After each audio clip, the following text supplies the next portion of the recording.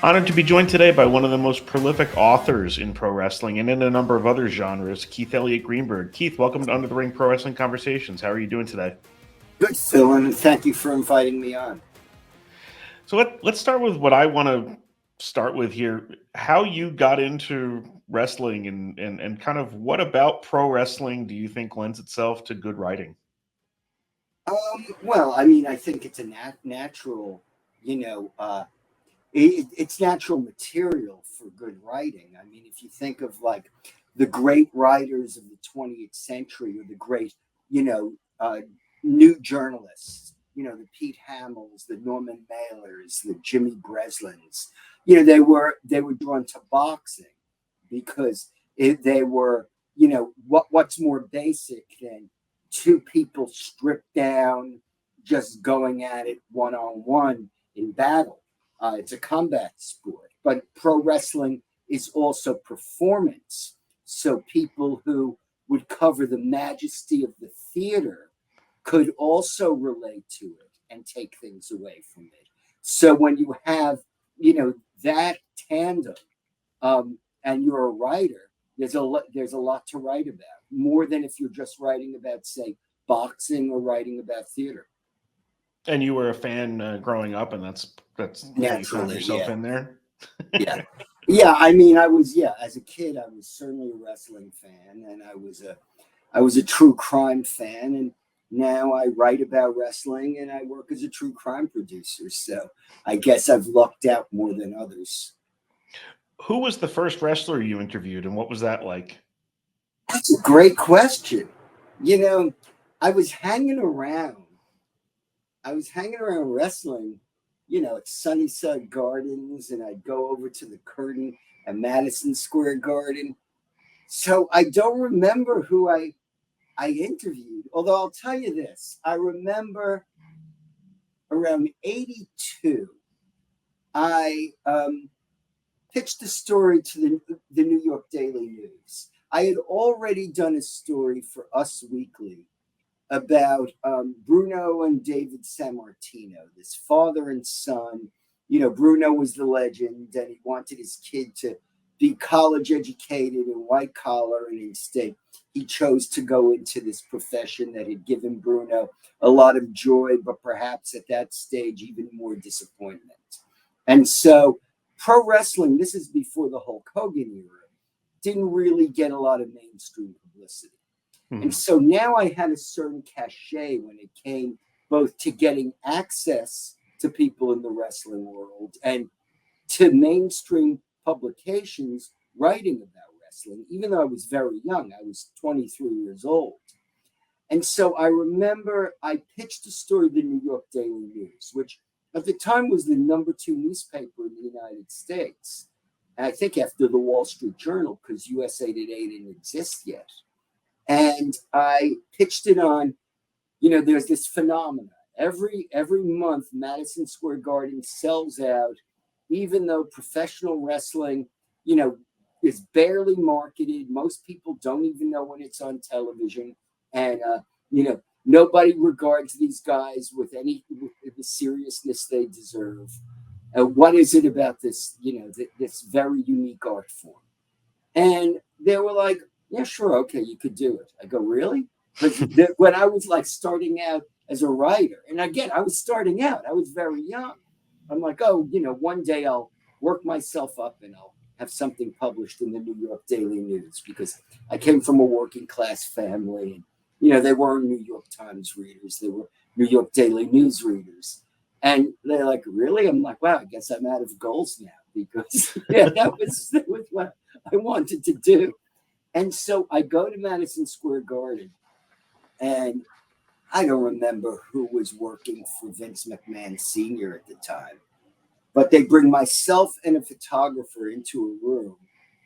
And about a minute later, Bob Backlund comes in. And yeah, I'm a kid, really. I'm like, holy the champion Bob Backlund is here, and he's talking to me, answering my questions. So I don't remember who was the first wrestler I interviewed, but I think that may have been the first time where I really felt chills that this person who I'd been watching on TV was standing in front of me, looking me in the face. Because the Bruno story I had done by phone. I interviewed David San Martino at a show way out on Long Island, but here was Bob Backlund right in front of me, and that just blew me away. So when I was first aware of your name, it was when I was a kid. It was for your work in the WWF magazine. How did that door open for you, and what was the kind of the writing and assigning and editing process like? Well, I was never full time there, so I never had a desk there. I rarely came into the office. I'm a New York City guy. I didn't want to work in the suburbs, and I also wanted to keep some of my options open. I like writing about a range of topics, and so I agreed to work for them on retainer, which was a great deal. I was at WrestleMania 1, also covering it for Us Weekly, and I was talking to Ed Raschuti, who was the editor of the relatively new WWF magazine. And Ed was an interesting guy, is an interesting guy. Fortunately, he's still with us. Mm-hmm. He's in his 80s. He's still doing martial arts. He's still writing. Ed is a extremely erudite, worldly man.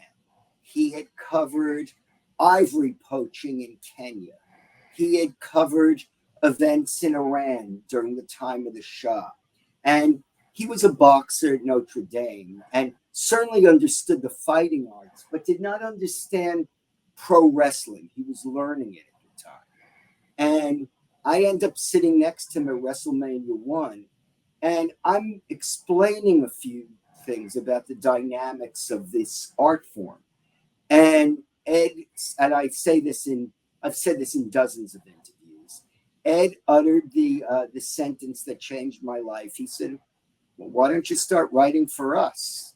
And so they put me on retainer. And then I was on the road with them like every 3 weeks. I did my other work. I traveled. I did other things. I had another life. But every 3 weeks or so, I was at their TV tapings. And then when pay-per-views started, I went to the pay-per-views. And I got to know these guys. And first it was interviewing them. And over the years, because I was on retainer for them for 22 years, I developed real friendships and real relationships with people. And, got to know them in a way few others do. And even when my retainer ended, and I knew that was going to happen because in business, all good things come to an end. I mean, it might not have been a good thing for WWE because they gave me a raise every year. So after 22 years, they were paying me a ridiculous amount. So I knew that someone was going to look at the books at some stage and say, why the hell are we paying this guy who's never been in the office once? And but even then, I did I co-wrote 2 versions of the WWE Encyclopedia. I wrote the Iron Sheik book, which was never published, really because of I think the stories were just too tawdry for WWE to attach its name to it.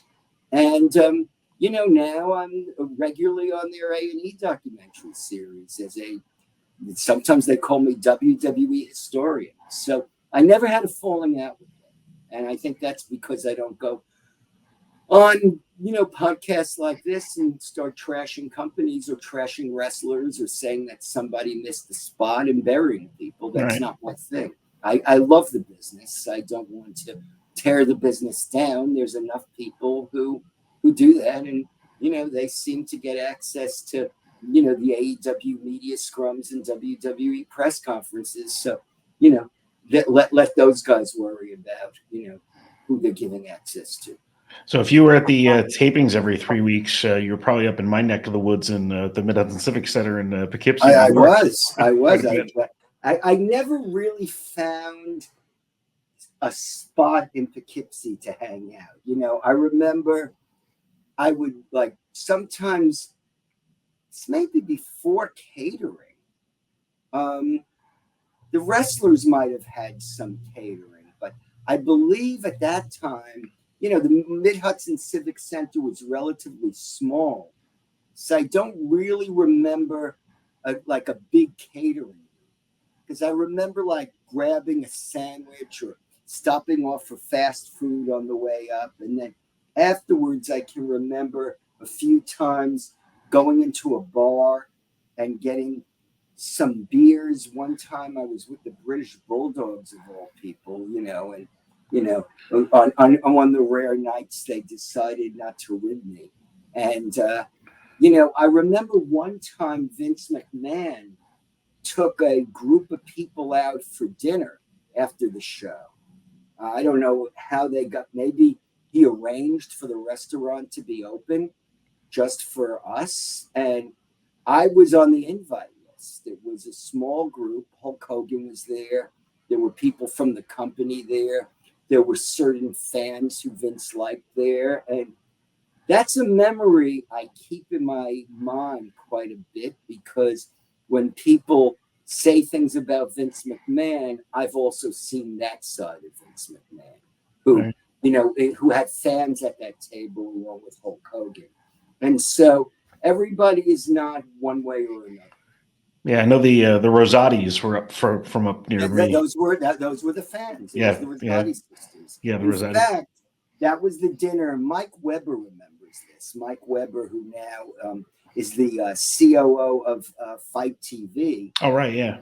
He was the PR guy at the WWF at the time. He remembers Vince at the end of the meal gave the Rosati sisters lifetime passes for any Wow. WWE event, and they were crying, and it was a nice moment. So you have a book coming up next year about how WrestleMania III changed the wrestling industry, and that really, along with WrestleMania 1 and probably the Sheik and Hogan title win nights, are probably the cards that I'm most fascinated by in terms of kind of the ways that everything changed. Is there any kind of preview you can give about some of the things that you've learned about WrestleMania 3? And also, were you at WrestleMania 3? I wasn't, but I'll tell you where I was. I lived in Queens, and my neighborhood didn't have cable yet. In fact, quick side story. I remember I was at the movie theater, and I ran into a girl I knew from high school. At this point, I'm 28 years old, and I start dating her for a while. And she lived like a mile and a half from me, and she had cable. And, I went over her place, and, they had world-class championship wrestling on. I'm like, wow, this is really, this is like, to me, this is luxury. So I always find myself over there when World Class was on. I think it was on like 12:30 at night or 1 a.m. And I remember like she had fallen asleep and she woke up, and I was in the living room watching World Class, and she said, do you come here for the Von Erichs, or do you come here for me? And the answer was a little bit of both. Maybe it was more the Von Erichs. But now what was the question? Oh, so I didn't have cable. So a bunch of people affiliated with WWF went to the office where they may have been in Stamford at that stage, or they could have still been in Greenwich. But I drove up from Queens, and it was an afternoon show. And I went to the office, at Ed Raschuti and I, and we watched in a conference room. There were maybe, 25 of us, and we watched WrestleMania 3. And that was pretty cool, and some of the people were insiders, although the really important ones were at the show. And some were like sales guys who weren't really wrestling people. And then I remember there were even like women who like worked. They were like receptionists or something. And I was warned, like, be careful what you say around them, because some of them are believers. So don't like talk about the business being worked. And, it's kayfabe. So, Wow. but, that's my memory of WrestleMania 3 that day. But just now, in terms of working on the book, kind of like what direction is that taking? And Well, and thank you. That's a good question, because that's the whole appeal of the book. And the book is The book will, because the promotional material has already been greenlit. So unless something, you know, tragic occurs, the book will be called Bigger, Better, Badder. WrestleMania III and the year it all changed. And that's because the slogan was bigger, better, badder. It is not only about WrestleMania 3, it is about the entire industry.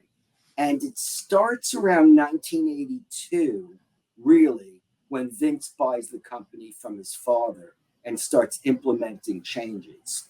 So the Hulk Hogan defeat of the Iron Sheik is in there, and you know the decision to replace Bob Backlund as champion, and WrestleMania 1 is in there, WrestleMania 2 is in there, and it's all building towards WrestleMania 3. And the reason WrestleMania 3 is so significant, I will argue, is that it sold out a football stadium, and I think WrestleMania 1, in my opinion, was part of the wrestling fad.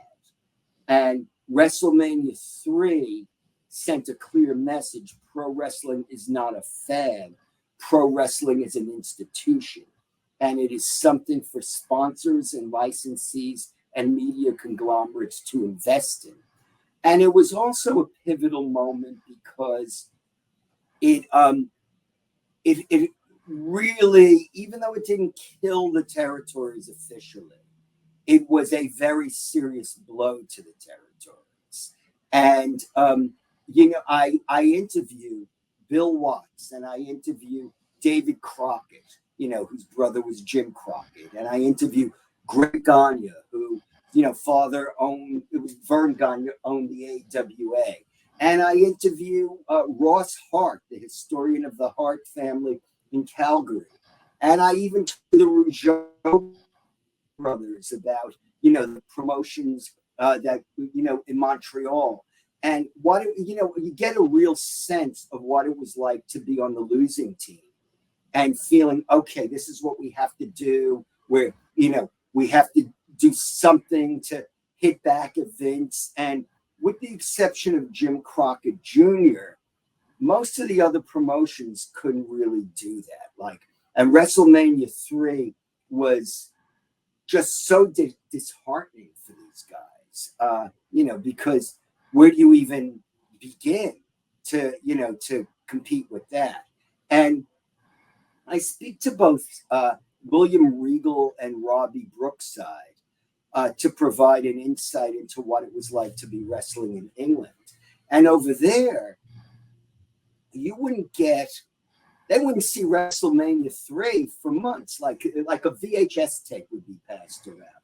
There was a wrestler in the UK who they called the pizza thief. Like he would always kind of, you know, he'd come in with pizza that had been stolen from somewhere. And he would suddenly show up with a VHS copy of WrestleMania 3. And by now it's literally July, like it's that many months later. And it would get passed around the locker room. And, you know, William Regal looked at it and it's like, wow, it's pretty impressive, but, you know, it's America and everything's bigger in America. And what do I care anyway? I mean, this Vince McMahon, whoever he is so busy in you know, the United States and Canada. He's never even he probably doesn't even know what British wrestling is. He's never going to come over here. And like within a month of him saying that, WWE had its first event in Paris. And so he was coming. Man, that's crazy. And I love that you mentioned that it starts kind of in 82 and takes you on the journey a little bit too, because even like for anybody looking nowadays at some of the things with WWE media rights with Netflix and CW and USA and this current AEW contracts, you look at the path that the company took just in terms of its partnerships with cable channels, USA, TBS, you know, the Black Saturday thing. Right. And to me, most and Black Saturday's in the book, yeah. And to me, most importantly, with that time period was MTV and the ways that gave, you know, the WWF cross promotion, yeah. And it's just, you know, it put everybody else was still doing pro wrestling, but WrestleMania 3, WWF was not pro wrestling totally Right. anymore. And I talked to David Crockett about how, Jim Crockett Promotions, they try to counter at one point, and they do a country western show after, one of the great American bashes with David Allen Coe, who, I guess in country circles, he had a name, but he was nowhere near the country equivalent of, say, Cyndi Lauper or Mr. T. I mean, those were major, top of the bill superstars. And David Allen Coe was, he was a journeyman, mid-carder, essentially. And there, and it also reinforces the view of Jim Crockett Promotions, as great as their wrestling was, and it was great. And it's sometimes when I look at it now, I still appreciate it. It's, in terms of promos and excitement, but it reinforced the perception that they were a chicken fried promotion. And Vince McMahon's promotion was entertainment. They were big time. And that's, the book is largely about that. That is what WrestleMania III basically fortified. And I don't think we would have had, even beyond WWE, All In Wembley last year. And yeah. I'll be at the All In Wembley this year too. Will you be there? I will not be there. Yeah. I just saw you at Forbidden Door last week. Yeah. Yep. Yeah. So, easier to get to the New York ones. Yeah. I guess it's easier to get to the UBS Arena in Long Island. Although personally, I'd rather get on a plane to London than get on the Long Island Railroad from Brooklyn and go to Long Island. That's just my opinion. Yeah. That's my issue. But would there be an All In if there hadn't been WrestleMania 3? All those ancillary events on the week of WrestleMania every year, including WrestleCon.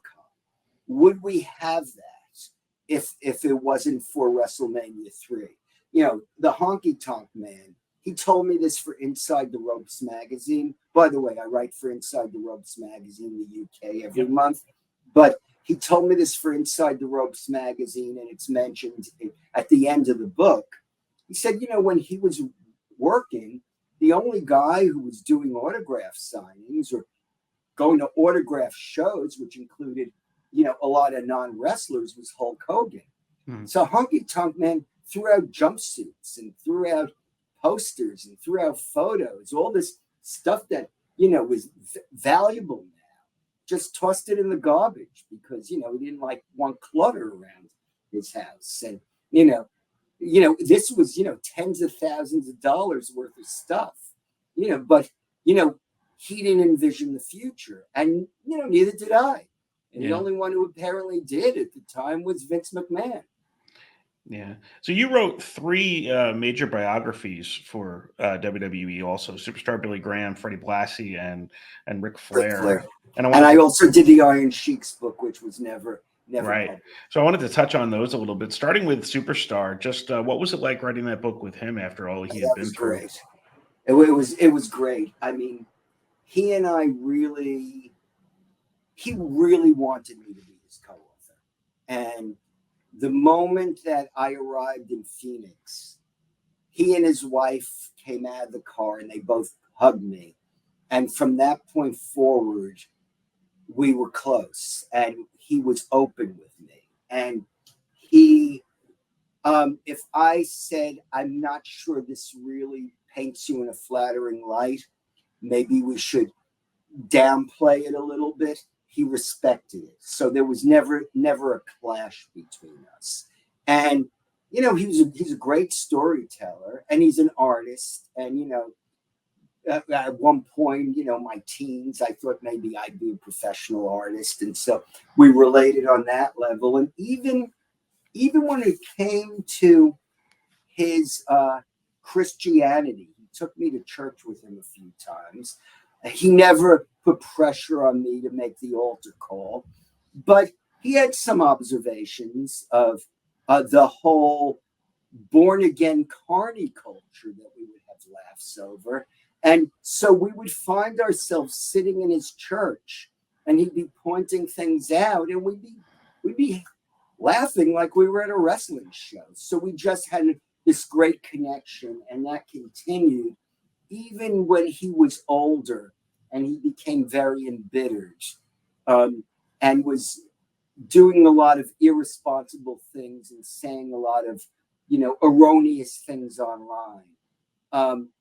The strong affection we had for each other remained, and I was honored to be included at his funeral, and I gave a eulogy there. Very good. And one of my personal favorite wrestling books, and I don't know if you've heard this about this book from a lot of other people, but for the detail contained within and for all the things I didn't know, because he was somebody from before I was, he was wrestling before I was watching, it was classy Freddie Blassie. And he died shortly after that book came out, too. He died 3 weeks after the book came out. Yeah, so it was really the full definitive kind of account of his career. Was that a similar process, different process? What was it like working with him? This was unique. It was imperative that this book be written right away. Now, I loved Freddie Blassie. Blassie may have been my favorite wrestler at one time, even though I loved Bruno so much. I think when wrestling, we would get wrestling in Spanish from the Olympic Auditorium in LA. And Blassie made a babyface turn there after being a heel for so many years, and was just so explosive. And I knew a little bit of Spanish already. My grandparents owned a bodega, which for non-New Yorkers, that's a convenience store in the Bronx. And so there were a lot of Spanish-speaking customers, and I picked it up from them. And a little bit. I picked up a little bit from them. And then I started watching wrestling on Spanish TV. And after a while, I would keep the TV on, and I would, watch the news, and I would watch variety shows, and I would study the commercials. So and then I started reading the Spanish newspaper periodically. So I really taught myself Spanish from watching wrestling. And so I really was excited to just be around Freddie Blassie as just a fan when I first came into the WWE orbit. And he was very happy to have me as co-author. But there was essentially a mandate, like Freddie's not going to be around that long, and you better get these stories now. And it was a very insightful mandate. I remember having that talk with Linda McMahon. And he kind of knew it too. So he was getting everything out at the end. And he had beautiful handwriting. He said the nuns had just beaten, penmanship into him. So he had these journals that he kept over the years that I was able to read. And so whatever he didn't remember, they were in the journals. And, wow. So it was pretty comprehensive. Yeah, I just thought that was a fantastic book, and it was one of my favorite biographies that I've read of any wrestler. Really, thank you. I just recently reread it, not for the sake of ego. I just wanted to remind myself of some of the stories because I've forgotten some of them, and I as someone, if people are going to call me a wrestling historian, I should keep myself apprised of the history. Definitely. We're going to move on to something we call the 3 count now. It's going to be 3 quick questions and your answers. First question, what's the best thing you've written that wasn't about pro wrestling? I would say December 8th, 1980, the day John Lennon died. It's a book about the final days of John Lennon and the assassination and the aftermath. Very good. And I believe that's still available on Amazon from my research yesterday, too. So second question I was going to ask you, I switched it up a little bit just based on the time here. You wrote that unpublished biography of the Iron Sheik. Do you think that will ever see the light of day? Is there any possibility? Maybe Stephanie's daughter one day will think it's worthy of being published when the stories that seem so, shocking seem quaint, given other things that have happened in the interim.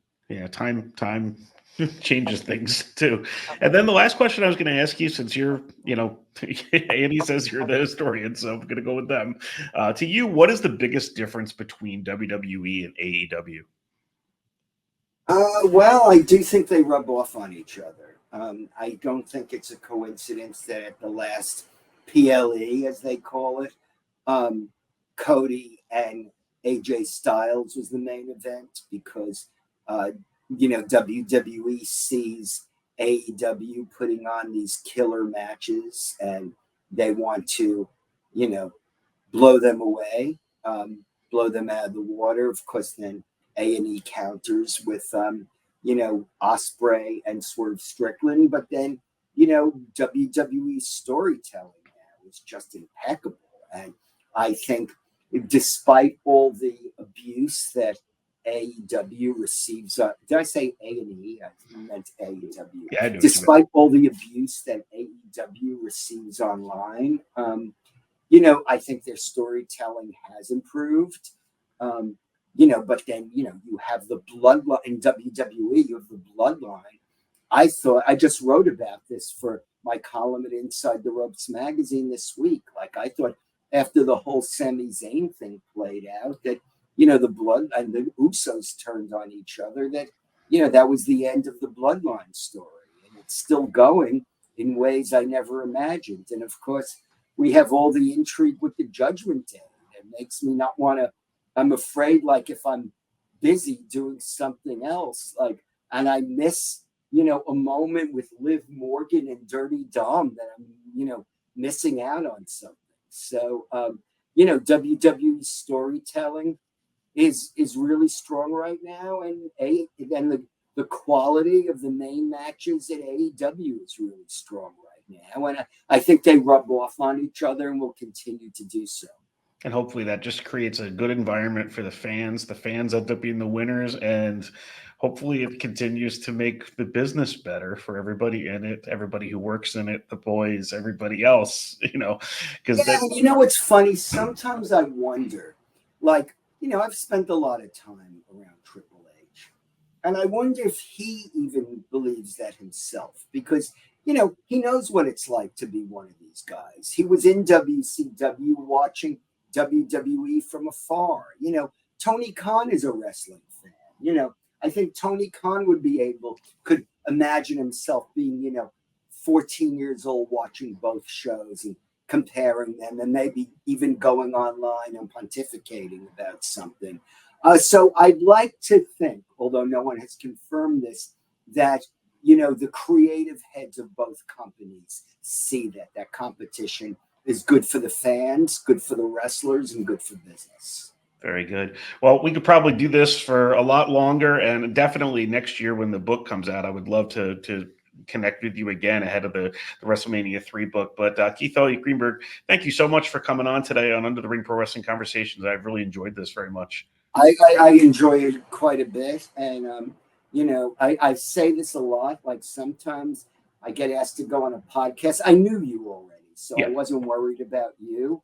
But sometimes I'm asked to go on a podcast, and I'm afraid it's going to be, a podcast with 3 followers, and the guy is just going to ask me insane questions or want me to talk about something, so private that all the skeletons in the closet of every company. but I knew this would be pleasant, and maybe it's even a little better than I thought, because it's so nice talking to you. Definitely. Thanks so much. Appreciate it.